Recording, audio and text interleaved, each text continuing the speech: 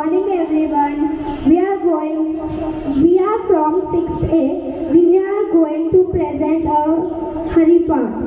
सुंदर ते ध्यान उभे विटेवरी करकटावरी ठेवूनिया